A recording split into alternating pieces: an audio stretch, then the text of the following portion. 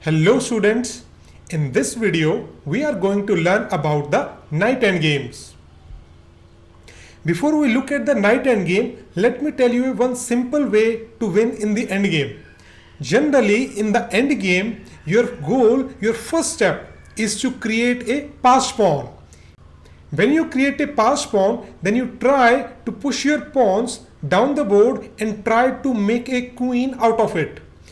Once you get the queen, then opponent will be forced to sacrifice one of his piece for the queen. So you will be a piece up, and then it will be easy for you to win the game. Now let's see this idea in practical action. Remember, in the end game, first you create a passed pawn. Once you have a passed pawn, then you try to promote that passed pawn into a queen. In this position, we are white. Right now, material is equal and no side has the passed pawn. But here white played a shocking move. White played knight cross b7. White sacrificed his knight. And if black plays knight cross b7, then you play a6. You have the passed pawn and your goal is to promote this passed pawn into a queen. Let's say knight goes to c5 and you push the pawn. And there is no way for black to stop a8 is equal to queen. You are going to make a queen. That's why here black did not capture the knight. Black played knight b5. Black is controlling this square and now you push the pawn to a6, but you cannot push the pawn to a7. You will need to bring your king to b6 and then you can push the pawn. So here black starts with king f8. Black tries to bring his king toward the center. You play knight d6, deflection sacrifice. And obviously knight cross d6 is not possible because then you will push a7 and in the next move you will make a queen. So black here plays knight a7 and you bring your queen and now you bring your king to the center. King f2, king e7, knight f5 check, king f6 and you simply save your knight. Now there are two battles going on. One on the queen side. Our pawn wants to go forward, but opponent's knight has blocked it. So we cannot make a queen. So opponent's knight is tied down to watch the a6 pawn. Opponent's knight cannot participate on the king side. And if you look at the king side, here we have king plus knight versus the king. So on the king side, we are going to win this battle because we have the extra knight on the king side. And that's why white is completely winning in this position. a6 pawn will make sure that knight stays there on a7.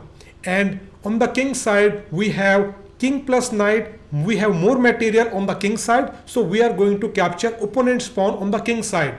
That's why we attack on the king side.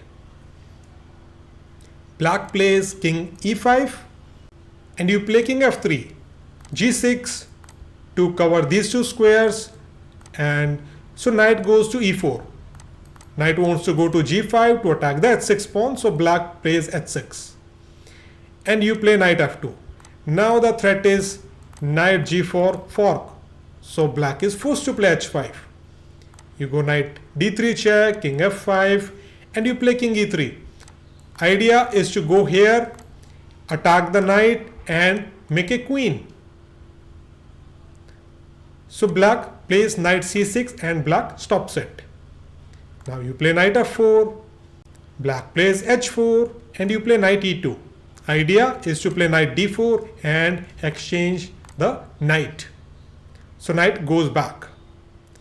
You play knight d4 check, king f6 and you play knight f3. You are dancing with your knight on the king side and you are making progress. Opponent has pushed his pawns and now you attack them. So opponent is forced to play g5 and now you play king e4. King is active and knight is also attacking the pawn.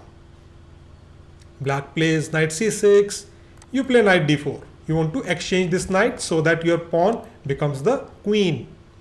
Knight goes back and now you play h3. These two pawns have been fixed. Now your goal is to play king f3, king g4, and then you can play knight f3 to win the g5 pawn. Black plays king g6 and you play king d5. Now king will go to b6 and attack this knight. Black plays g4, you go king c5, king g5, and you play knight b5. Now opponent cannot exchange the knights, so knight has to go back. And you play knight d6. You still want to exchange the knights. Knight goes back to a7, black does not want to exchange the knight, and now you play king b6. This knight is trapped. It cannot go c8, it cannot go to c6, it cannot go to b5. So let's say black takes the pawn and black plays king f4. First you take the knight and then you simply make a queen. King g3, you get the queen. With the queen, it is easy to win the game. Now let's look at the next example. In this position, we are black and we already have a protected passed pawn. Pawn on d5 is a passed pawn and it's a big advantage. Opponent right now does not have a passed pawn, but he has a plan.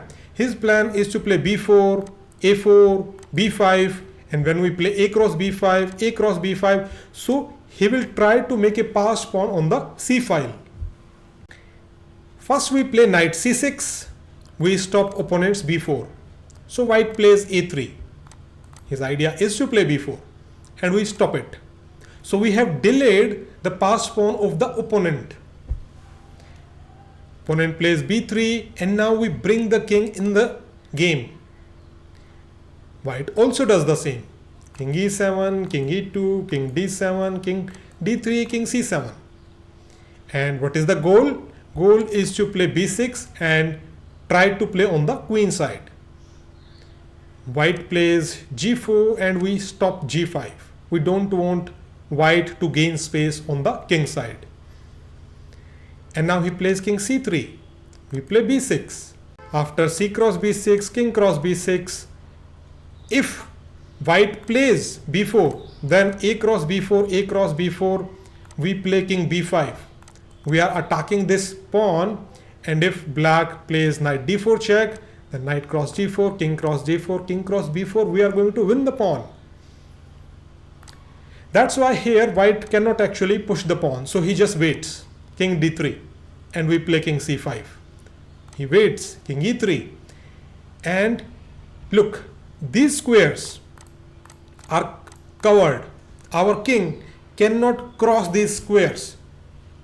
So black plays a4. Black sacrifices a pawn. Black wants to get access to the c4 square. White takes the pawn and now you play king c4. You will go to b3, you will capture a3 and then you will also capture a4. So white is going to lose material, so white decides to give the pawn back. Knight cross a5 and now knight d4 to cover the b3 square. Black plays king c5, threat, knight c4, forking the king and the pawn. King d3, knight c4. And opponent plays f4.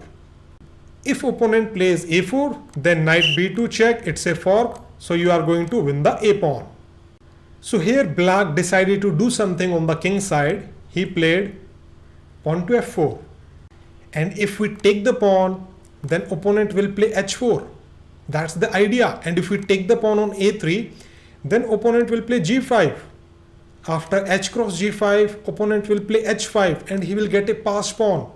This is white's idea. He wants to sacrifice two pawns so that he get a passed pawn. But we are not going to let this happen.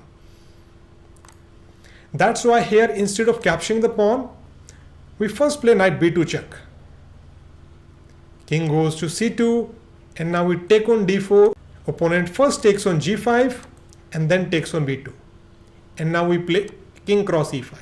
Yes, white has the passed pawn, but we are going to bring our king on a6 and block the passed pawn. Once the passed pawn has been blocked, then we push our pawns and make the queen. So white goes king b3, king d6, king b4, king c6, a4, king b6, a5 check, king a6. We have managed to block this pawn. King a4, and now we start pushing our pawns. d4, king b4, e5, king to a4. White does not have anything to do. He cannot even push his pawns. He is left with the only king moves. So we push the pawn. King b4, and now we play d3. This pawn is going to become the queen, so king has to go c3. And now you take on a5. You have so many pawns up. Your plan is to just bring the king here and push the pawn, make a queen, and there is nothing white can do here. So black is completely winning here. Let's review the key idea again. In the end game, you want to first create a passed pawn. Then you want to promote that passed pawn into a queen that will force the opponent to capture your queen with one of his piece. And when you recapture that piece, so you will be a piece up. And once you are a piece up, it will be super easy to win that endgame. Now it's time to go to the next lesson.